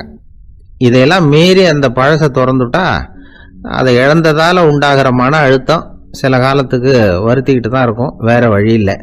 ஆரோக்கியமான ஒரு முன்னேற்றத்துக்காக அந்த மன அழுத்தத்தை தாங்கிக்கத்தான் வேணும் அப்படிங்கிறாரு அந்த உலக புகழ்பெற்ற மேதை ஒருத்தர், இந்த ஸ்காட் பெக் அப்படிங்கிறவர். பிறந்த நாள் முதல் இதுதான் சரி அப்படின்னு கற்பிக்கப்பட்டு வந்த ஒவ்வொரு தத்துவத்தையும் தங்களுடைய வளர்ச்சிக்கு தகுந்த மாதிரி மாற்றி அர்த்தப்படுத்தி கொள்ள முடியாமல் வாழ்க்கை சூழல்ல அப்படியே அரைப்பட்டு தூளாகிறவர்கள் தான் ரொம்ப தவிக்கிறாங்களாம். இதுதான் அவருடைய கருத்து. பெரும்பாலும் மனிதர்களுடைய நடுத்தர வயசுல, அதாவது 30 தாண்டுகிற சமயத்துல தான் இந்த தவிப்பு உண்டாவதுதான். இதுதான் மேற்கத்திய நாடுகள்ல அடிக்கடி மிட் லைஃப் கிரைசிஸ் அப்படின்னு சொல்றாங்க. அப்பப்போ பழசையெல்லாம் தொலைச்சு விட்டு புதுசா பிறக்கிறதுக்கு கத்துக்கணும். ஒவ்வொரு நிமிஷத்தையும் அந்த நிமிஷத்துக்கு ஏற்ற சித்தாந்தம் கொண்டவர்களாக சந்திப்போம் அப்படிங்கிறார் அந்த உளவியல் நிபுணர். இப்படி பழகிக்கிட்டா வாழ்க்கை இன்பமயம், இல்லைன்னா தவிப்பு மயம்தான். பழசை தொலைக்க முடியாதவர்கள்ல எத்தனையோ பேர் உண்டு, எத்தனையோ ரகம் உண்டு. அதுல வேடிக்கையான நண்பர்களும் உண்டு. ஒருத்தர் நண்பர் வீட்டுக்கு போனார். அவரு ஏதோ இனிப்பு பலகாரம் கொடுத்து சாப்பிட சொல்லியிருக்கிறாங்க அவங்க வீட்டுல. இவர் சாப்பிட்டு பார்த்துட்டு சொன்னாராம், சார் 6 மாசத்துக்கு முன்னாடி ஒரு தடவை இங்க வந்தேன், அப்போ ஒரு இனிப்பு பலகாரம் கொடுத்தீங்க, அது இதை விட நல்லா இருந்தது சார் அப்படின்னாராம். அப்ப செஞ்ச அதே இனிப்பு பலகாரம் தான் சார் இதுவும் அப்படின்னாராம் அவர். 3ஆம் பாடல் வைணவர்கள் வாழ்த்தாக சொல்லுகின்ற வளமான பாடல். ஓங்கி உலகளந்த உத்தமன் பேர் பாடி நாங்கள் நம் பாவைக்கு சாற்றி நீராடினால் தீங்கின்றி நாடெல்லாம் திங்கள் மும்மாறி பெய்து ஓங்கு பெருஞ்சன்னல் ஊடு கயல் உகள பூங்குவளை போதில் பொறிவண்டு கண்படுப்ப தேங்காதே புக்கிருந்து சீர்த்த முலை பற்றி வாங்க குடம் நிறைக்கும் வள்ளல் பெரும் பசுக்கள் நீங்காத செல்வம் நிறைந்தேலோர் எம்பாவாய். மாவலி இடத்தில் வாமனனாய் 3 அடி மண் கேட்டு போன திருவிக்கிரமனாக உயர்ந்த அந்த அவதாரத்தை முதலில் பேசுகிறார்கள். அவனை உத்தமன் என்று சொல்லுகிறாள். அவரது திருநாமங்களை பாடி பரவி இந்த பாவை நோன்பு நோற்று நீராடினால் நாடெல்லாம் மாதம் 3 மழை பெய்யும், நெற்பயிர்கள் ஓங்கி வளரும். விளைந்த அந்த செந்நற் பயிர்களின் ஊடே கிடக்கும் நீரில் கயல் மீன்கள் துள்ளி விளையாடும். பூத்துள்ள குவளை மலர்களிலே அழகிய வண்டுகள் உறங்கி மகிழும். நீர்வளத்தால் நிலவளம், அதாவது வள்ளல் தன்மையுடைய பெரும் பசும் கூட்டங்கள் எங்கும் நிறைந்திருக்கும். மடிகனத்த காரணத்தால் தொட்ட மாத்திரத்தில் குடம் குடமாக அந்த பசுக்கள் கொடுக்கின்ற வள்ளல் பெரும் பசுக்கள். இத்தகைய செல்வச் செழிப்பு என்றும் நீங்காது நிலைத்திருக்கும் என்று வாழ்த்துகிறாள் இந்த 3வது பாடலிலே. ஓங்கி உலகளந்த உத்தமன், குள்ளமாக வந்தவன், ஆனால் ஓங்கி உலகத்தை அளந்த திருவிக்கிரமனாக மேலே உயர்ந்தவன். இதில் நாம் சிந்திக்க வேண்டிய பகுதி ஒன்று இருக்கிறது. இந்த உலகத்தில் வாழ்கிற மனிதர்கள் 3 வகை: அதமன், மத்தியமன், உத்தமன். தன்னலம் மட்டுமே கொண்டு வாழுகிற மிக கீழானவர்கள் அதமன். தானுண்டு தன் குடும்பம் உண்டு என்கிற ஒரு எளிய வட்டத்துக்குள் வாழ்கிறவன் மத்தியமன். பிறருக்காக வாழ்பவன், அவசியமென்றால் பிறருக்காக தாழ்பவன் எவனோ அவனே உத்தமன். அப்படி இந்த உலகத்தில் பிறருக்காக தாங்கி தாழ்ந்து சென்ற இடம் என்பதால் அவர் தாழவில்லை. கை நீட்டி யாசக மகாபலியிடத்தில் கேட்டாலும் அவர் தாழவில்லை, ஓங்கினார் என்ற பொருள் வரும்படியாக ஓங்கி உலகளந்த உத்தமன் என்று எழுதுகிறார். அவருடைய திருவடி இந்த உலகம் முழுவதும் பட்டதாம், உயிர்குலம் முழுவதும் பட்டதாம். ஏன்? இதற்கு உரையாசிரியர்கள் ஒரு அழகான வார்த்தை சொல்வார்கள். உறங்குகிற போது மாதா பிரஜையை அணைத்தபடி படுத்திருப்பாள் ஸ்பரிச சுகத்திற்காக. ஒரு அம்மா குழந்தைய பக்கத்தில் வைத்துக்கொண்டு படுக்கிற போது அப்படியே அந்த குழந்தை மேலே கை வைத்து கொண்டு படுத்திருப்பாள். என்ன சுகம்! அந்த குழந்தையும் நிம்மதியாக தூங்கும், அந்த தாயும் நிம்மதியாக சந்தோஷப்படுவாள். அப்படி தாய் குழந்தையை அணைப்பது போல இந்த உயிர்களை அணைப்பதற்காக பெருமான் தன் திருவடியை இந்த பூமியிலே வைத்தானாம். ஓங்கி உலகளந்த உத்தமன் என்கிறாள். நாமத்தின் பெருமையினை பேர் பாடி என்கிறாள். அதை பின்னொரு இடத்திலே நாம் விளக்கமாக பார்க்கலாம். நாங்கள் நம் பாவைக்கு சாற்றி நீர் ஆடினால், அவனுடைய புகழை சொல்லி நாங்கள் பாடிக்கொண்டு நீராடினால் என்ன நடக்கிறது? ஒரு விஷயம். கடவுளை அடைவதற்கு யாகம் செய்ய வேண்டும், தவம் செய்ய வேண்டும், மந்திரம் செய்ய வேண்டும் என்று 100கணக்கான நிபந்தனைகளை எல்லாம் உலகத்தில் சொல்கிறார்கள். எங்கள் ஆண்டாள் அன்னையோ மிக எளிமையான வழி சொல்லுகிறாள்.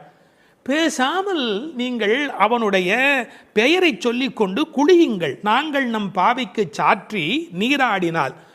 குளிப்பதை போன்று எளிமையானது கடவுளை அடைவது என்கிற ஒரு அற்புதமான பொருளை சொல்கிறாள். சடங்குகளுக்குள் சிக்கிக்கொண்டு சங்கடப்படாதீர்கள். நீங்கள் அவனை பாடும் பக்தி ஒன்றே போதுமானது, அவனது நாமத்தை சொல்லுகிற நாம சங்கீர்த்தனமே உங்களுக்கு போதுமானது என்ற பொருளிலே it is so simple. Involvement, பக்தர்களின் பங்கேற்பு இருக்கும்படியாக நாங்கள் நம் பாவைக்கு சாற்றி நீராடினால் மழை பெய்யும். எப்படி பெய்யும்? தீங்கின்றி நாடெல்லாம் திங்கள் மும்மாறி. இப்போதெல்லாம் வானிலை அறிக்கை சொல்லுகிறவர்கள் இந்த மாவட்டத்தில் பெய்யும், அந்த மாவட்டத்தில் கனமழை பெய்யும், இந்த மாவட்டத்தில் தூறல் போடும், இந்த மாவட்டத்தில் பெய்யாமலேயே போகும் என்று விட்டு விட்டு விட்டு விட்டு மழை பெய்வதை பற்றி பிட்டு பிட்டு பிட்டு பிட்டு வைத்துக் கொண்டிருப்பார்கள். ஆனால் எங்கள் ஆண்டாள் அப்படி அல்ல. தீங்கின்றி நாடெல்லாம் திங்கள் மும்மாறி பெய்.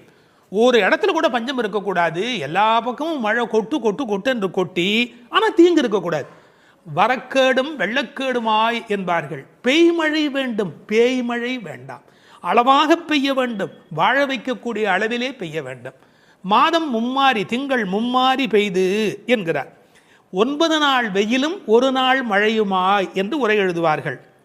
மண்ணினுடைய வயிறு உள்வாங்கக்கூடிய வகையில் வெயில் காய வேண்டும், பிறகு ஒரு மழை பெய்ய வேண்டும், வெயில் காய வேண்டும், பிறகு ஒரு மழை பெய்ய வேண்டும். அப்படி பெய்யக்கூடிய மழைதான் தீங்கின்றி உலகத்தை வாழ வைக்கும். மும்மாறி என்றார்களே, யாருக்காக மும்மாழி? வேதம் போதிய வேதியர்க்கு ஒரு மழை, நீதி மன்னர் நெறியினர்க்கு ஒரு மழை, மாதர் கற்புடை மங்கையர்க்கு ஒரு மழை என்று 3 மழை பெய்யும். மழை என்றால் சாதாரணமானதா? மழைதான் மண்ணின் தாய்ப்பால். அடுத்தது, அந்த மழையின் காரணமாக நெல் விளைகிறது.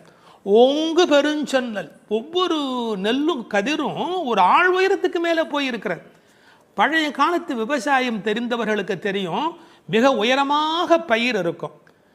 இது என்ன செய்தார்கள்? அதையெல்லாம் குட்டை பயிர்களாக மாற்றிக்கொண்டே வந்தார்கள். பயிர் குட்டையாகி கதிர் கனத்து போன கலிகாலம் இந்த காலம். பயிர் குட்டையாகி கதிர் கனத்து போனது. மாட்டை பற்றி மனிதன் எங்கே கவலைப்பட்டான்?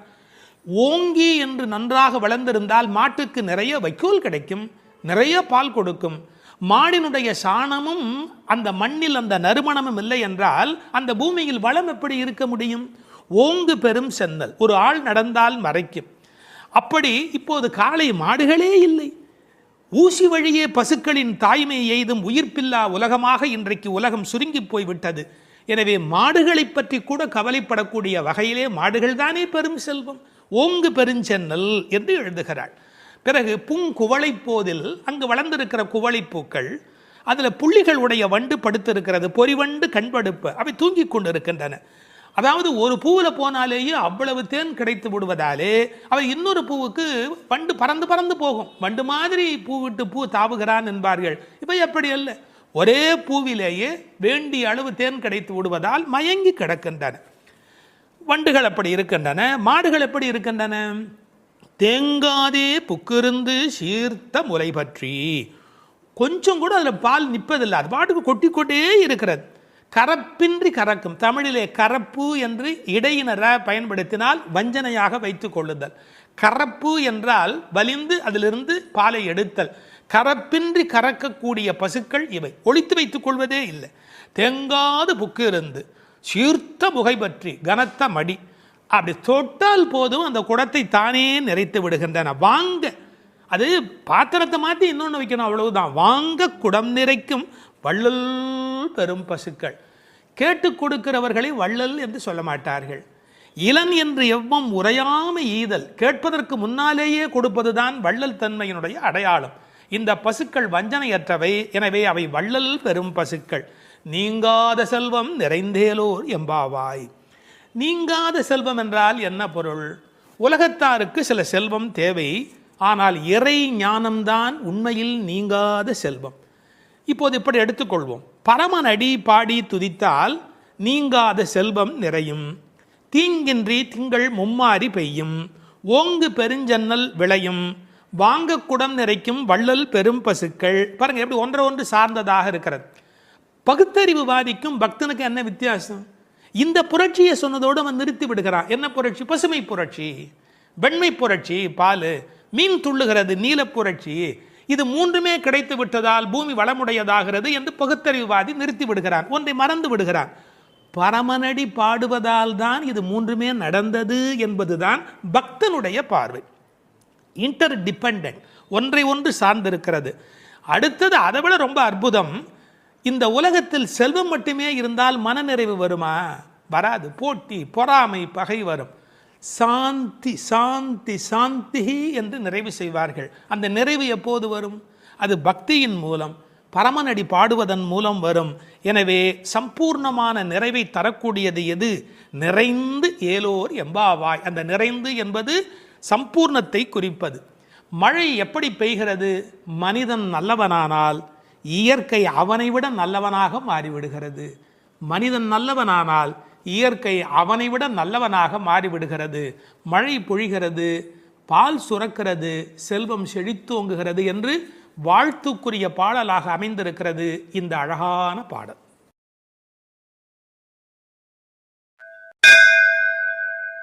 மழை உலகில் எப்படி பெய்ய வேண்டும் என்று சொல்கிற 4வது பாடல். ஆழிமழை கண்ணா ஒன்று நீ கைகரவேல், ஆழியுள் புக்கு முகந்து கொடு ஆர்த்தேரி, ஊழி முதல்வன் உருவம் போல் மெய்கருத்து, பாழியும் தோளுடை பத்மநாபன் கையில் ஆழி போல் மின்னி, பலம் புரி போல் நின்றதிர்ந்து, தாழாதே சார்ங்கம் உதைத்த சரமழை போல் வாழ உலகினில் பெய்திடாய், நாங்களும் மார்கழி நீராட மகிழ்ந்தேலோர் எம்பாவாய். மார்கழி நோன்பு நோர்க்கும் காலத்தை முதல் பாட்டால் சொல்லி, நோன்பு செய்யும் முறையை 2ஆம் பாடலால் விளக்கி, அதன் பயனாய் மழை பொழியும் என்பதை 3ஆம் பாடலால் கூறி, இப்போது மழை எப்படி பொழிய வேண்டும் என்று இந்த பாடலால் விளக்குகின்றார். மழை வேண்டும் என்று ஆண்டாள் கூற, மழைக்கடவுள் அம்மா நான் எப்படி பொழிய வேண்டும் என்று கேட்கிறானாம். மழை பொழிய வேண்டிய முறையையும் ஆண்டாள் நியமிக்கிறார். பெரும் மழை பொழிய காரணமான தலைவனே, ஆழி மழைக்கு அண்ணா, உன்னிடம் நாங்கள் கேட்பது இதுதான். கொஞ்சம் கூட கையில் மிச்சம் வைத்து கொள்ளாதே, நன்றாக பெய்துவிடு.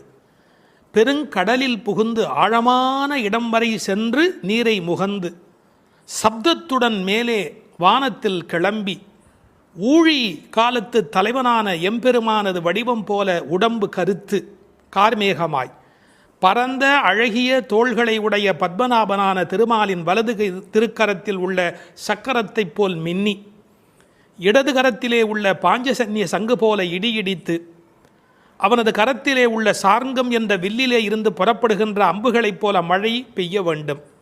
இம்மழை நாங்கள் உலகில் வாழச் செய்வதாய் இருக்க வேண்டும். நாங்கள் மார்கழி நீராட்டத்தில் பங்கு பெறவும் நீர்நிலைகளில் தண்ணீர் நிரம்பி இருக்க வேண்டும் என்ற பொருள் இந்த பாட்டின் திரண்ட பொருள். ஆழி மழைக்கண்ணா ஒன்று நீ கைகரவேல்.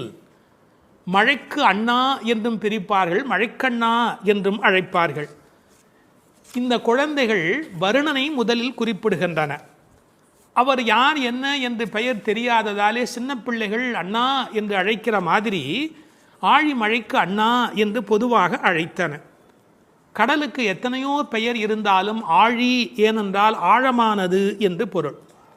முன்னீர், புணரி, வாரி என்று எத்தனையோ பெயர் உண்டு. ஆற்று நீர், ஊற்று நீர், மழைநீர் என்று மூன்றும் தங்கி இருப்பதாலே அது முன்னீர். நதிகள் கடலில் முடிகின்றன என்பது கண்ணுக்கு தெரிந்த உண்மை. நதிகள் கடலில் முடிகின்றன என்பது கண்ணுக்கு தெரிந்த உண்மை. ஆனால் கடலிலிருந்தே ஆரம்பமாகின்றன என்பது நாம் கண்டறிய வேண்டிய உண்மை. இந்த உலகத்தில் எல்லோரும் கண்ணுக்கு தெரிந்த உண்மைகளை பார்க்கிறார்கள், கண்டறிய வேண்டிய உண்மைகளை பற்றி கவலைப்படுவதில்லை. இதில் விஞ்ஞானமும் இருக்கிறது, மெஞ்ஞானமும் இருக்கிறது. மேகம் உறிஞ்சி மழையை கொண்டு வந்து கொட்டுகிறது. எனவே வருணனுக்கு உத்தரவு பிறப்பிக்கிறாள். இந்த மேகம் எப்படி இருக்க வேண்டும் என்று விளக்கம் சொல்லுகிறாள். ஸ்ரீ பிரதிவாதி பயங்கரம் அண்ணங்கராச்சாரிய சுவாமிகளை போன்ற பெரியவர்கள் இங்கு மேகம் என்று குறிப்பது ஆச்சாரிய பெருமக்களை என்று அழகான ஒரு அர்த்தம் கொடுப்பார்கள். ஒரு 7-8 விளக்கங்கள் சொல்லலாம் என்றாலும் ஒரு 4-5வது நாம் பார்க்கலாம். உப்பு தண்ணீர் கடல், அதை மதுரமான நீராக மேகம் மாற்றி விடுகிறது. அதுபோல கடினமான விஷயங்களையும் உபதேசிக்கிற ஆச்சாரியர்கள் மதுரமான விஷயங்களாக மாற்றி விடுகிறார்கள். கடல் அங்கங்கே போய் பெய்துவிட முடியாது, தண்ணீர் கொடுக்க முடியாது. அதுபோல் பரமாத்மாவை விட ஆச்சாரியர்கள் அங்கங்கே விஜயம் செய்து மக்களுக்கு இந்த மழை பெய்கிறார்கள். மழை பள்ளத்தை நிரப்புவது போல ஆச்சாரியன் உள்ளத்தை நிரப்புகின்றான். மழை பெய்யாவிடில் நஷ்டம், அதுபோல் ஆச்சாரியன் உபதேசிக்காவிடில் மிகப்பெரிய நஷ்டம். மழை சிப்பியிலே முத்து உண்டாக்கும். ஆச்சாரியன் மோசமான மனிதனிடத்திலும் முத்துமுத்தான கருத்துக்கள் சேரும்படியாக உண்டாக்கி விடுகிறார். எனவே இங்கு மேகம் என்று குறிப்பிட்டாலும் அதை ஆச்சாரியன் என்று பொருள் கொள்ள வேண்டும் என்று வெகு நுட்பமான பார்வையினை சொன்ன ஆச்சாரிய பெருமக்கள் உண்டு. நீ கைகரவேல், கஞ்சத்தனம் பண்ணிடாதே, உங்கள்கிட்ட இருக்கிற எல்லாத்தையும் கொட்டிடு, எங்களை ஏமாற்றி விடாதே, ஒன்றையும் கையில் வச்சுக்காதே. ஒன்று நீ கைகரவேல். ஆழியுள் புக்கு முகந்து கொடு ஆர்த்தேரி. நல்ல கடல் வரையிலே உள்ளே போ. இந்த ஆழியுள் புக்கு முகந்து கொடு ஆர்த்தேரி என்பதை எம்பெருமானாரோடு ஓமிப்பார்கள். அவர் கடல் போன்ற தத்துவங்களை எல்லாம் வாங்கி எளிமையான தத்துவங்களாக இந்த உலகத்துக்கு கொடுத்தார். அப்படி ஆழத்திலே உள்ளே போ. ஆழியுள் புக்கு முகந்து கொடு ஆர்த்தேரி. இந்த உலகத்திலேயே சிரமமான விஷயம் ஆழமான பகுதிக்குள் பிரவேசிக்கும் போதுதான். ஒரு மனிதன் தன்னுள் ஆழும்போதுதான் அவனுக்குள் கருணை மழை புறப்படுகிறது. முகந்து கொடு ஆர்த்தேரி, அதாவது ஒரு ஆடியோ எஃபெக்ட். அது எப்படி சத்தம் கொடுத்து கொண்டு இடிக்கிறது என்று ஆர்த்து ஏரி. இந்த மேகம் வெள்ளையாக இருக்கிறது, அது சிவப்பாக மாறுகிறது, கருப்பாக மாறுகிறது. கம்பன் பாடுகிற போது சொல்வார், நீரணிந்த கடவுள் நிறத்தவான் ஆரணிந்து சென்று ஆர்களி மேய்ந்து. சிவபெருமான் மாதிரி வெள்ளையாக இருக்கிறது, சேரணிந்த முலைத்திரு நங்கைதன் வீரணிந்தவன் மேனையின் மீண்டது. திருமகள் கணவன் போல அது கருப்பாகி வெளியிலே வருகிறது. வெள்ளையிலிருந்து அது கருப்பு மேகமாக மாறுகிறது. எல்லோரும் கருப்பை வெள்ளையாக்குவார்கள், இங்கு வெள்ளை கருப்பாகிறது. பார்க்கெல்லாம் தலைவனாக விளங்குகின்ற பரந்தாமன் இருக்கிறானே, அவன் போல என்று மேகத்தை பார்க்கிற போது கூட பரந்தாமனை பற்றிய சிந்தனை இங்கு நம்முடைய மனதில் பதியும்படி பாடுகிறாள். எப்படி? ஊழி முதல்வன் உருவம் போல் மெய்கருத்து. இது வீடியோ. ஆர்த்தேரி என்பது ஆடியோ. இப்போது கண்ணுக்கு முன்பாக கொண்டு வந்து நிறுத்துகிறாள். ஊழி முதல்வன், இந்த உலகத்தின் கடைசி காலத்தினுடைய தலைவனாக அவன் விளங்குகிறான். அவனுடைய உருவம் எப்படி மெய் கருத்து விளங்குகிறதோ அதுபோல் நீ இருக்க வேண்டும். காக்கை சிறகினிலே நந்தலாலா நிந்தன் கரிய நிறம் தோன்றுதையே நந்தலாலா என்று கண்ணனுடைய கருப்பை மகாகவி பாரதி அனுபவித்தார் அல்லவா? அதுபோல அந்த உருவம் மெய்கருத்து விளங்குகிறது. பாருங்கள், இடிப்பதில் ஒரு ஆடியோ எஃபெக்ட், அந்த உருவத்தை வர்ணிப்பதில் ஒரு வீடியோ எஃபெக்ட். இந்த ஆடியோ வீடியோ பாடலை நீங்கள் பாடியோ ஆடியோ இந்த உலகத்தில் வெளிப்படுத்த வேண்டும். பாழியம் தோளுடை பத்மநாபன் கையில். இந்த பெருமானுடைய தோள் எப்படிப்பட்ட தோள் தெரியுமா? பருத்த தோள், பெருத்த தோள், நிறைய பலம் தாங்கக்கூடியது. கம்பன் பாடுகிறார், ராமனுடைய தோள்களை பாடுகிற போது, குன்று போன்றுயர் தோளில் கொற்றவில் ஒன்று தாங்கினான் உலகம் தாங்கினான். அந்த ஒரு தோள் போதும் உலகத்தையே தாங்கிறதுக்கு அப்படின்னு, குன்று போன்றுயர் தோளில் கொற்றவில் ஒன்று தாங்கினான் உலகம் தாங்கினான் என்று பேசுவார் கவிச்சக்கரவர்த்தி கம்பர். நாபியில ஒரு தாமரை இருக்கிறது, அதில் பிரம்மா இருக்கிறார், இருமடி ஆகு பெயராக இவருக்கே பத்மநாபன் என்கிற பெயர் இந்த உலகத்தில் பொருந்தி வருகிறது. இந்த மின்னல் மின்னுகிறது, இடி இடிக்கிறது, அதுவும் பெருமாளுடைய சங்கு சக்கரங்களைப் போல அவளுக்கு காட்சி அளிக்கிறது. அந்த சக்கராயுதம் எப்படி ஒளி உடையதாக மின்னிக்கொண்டு வருகிறதோ, திருஆழி ஆழ்வான் விரோதிகள் இருக்கும் இடமெல்லாம் போய் எப்படி அழிக்கிறதோ அதுபோல அந்த மின்னல் மின்ன வேண்டும். அது பெருமானுடைய ஆயுதத்திலே ஒன்று. வலம்புரி போல் நின்றதிருந்து அந்த சங்கு போல, வலம்புரி சங்கை போல, படைவோர் பூக்கு முழங்கும பாஞ்ச சன்னியமும் பல்லாண்டு. அந்த சங்குக்கு எவ்வளோ பெரிய ஏற்றம்! உண்பது சொல்லில் உலகளந்தான் வாயமுதம், கண்படை கொள்ளில் கடல் வண்ணன் கைத்தலத்தே என்று எப்போதும் பெருமாளோடு ஸ்பரிசம் அனுபவித்துக் கொண்டிருக்கிற அந்த சங்கு, வலம்புரி சங்கு, அதுபோல் நின்று அதிர்ந்து அந்த சங்குநாதம் போன்ற ஒரு பெரிய ஒளியை எழுப்பி, தாழாதே சார்ங்கம் உதைத்த சரமழை போல் பெய்திடாய். மழை எப்படி பெய்யணும்? அடம் மழை, அப்படியே சரமழை மாதிரி பெய்யணும். ராமசரம் எப்படி புறப்பட்டதோ, சார்ங்கம் என்ற வெள்ளிலே இருந்து அது எப்படி விடாமல் வந்து கொண்டே இருந்ததோ ராவணனை பார்க்கிற காலத்திலே, அப்படி இந்த மழை அடைமழையாய் பெய்ய வேண்டும். எதற்காக? நாங்களும் மார்கழி நீராட மகிழ்ந்தேலோர் எம்பாவாய். இந்த உலகத்தில் நாடெங்கும் வாழ கேடொன்றும் இல்லை என்பார்கள். எல்லாரும் நல்லா இருந்தால் நாமும் நல்லா இருக்க போகிறோம் இல்லையா? அதனால் இந்த உலகத்தில் எல்லோரும் நன்றாக இருக்க மார்கழி நீராட மகிழ்ந்து நாங்களும் மகிழ்ச்சியாக இருந்து விட்டு போகிறோம்.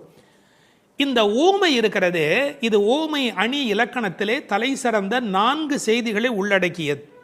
எப்படி அந்த மழை பெய்ய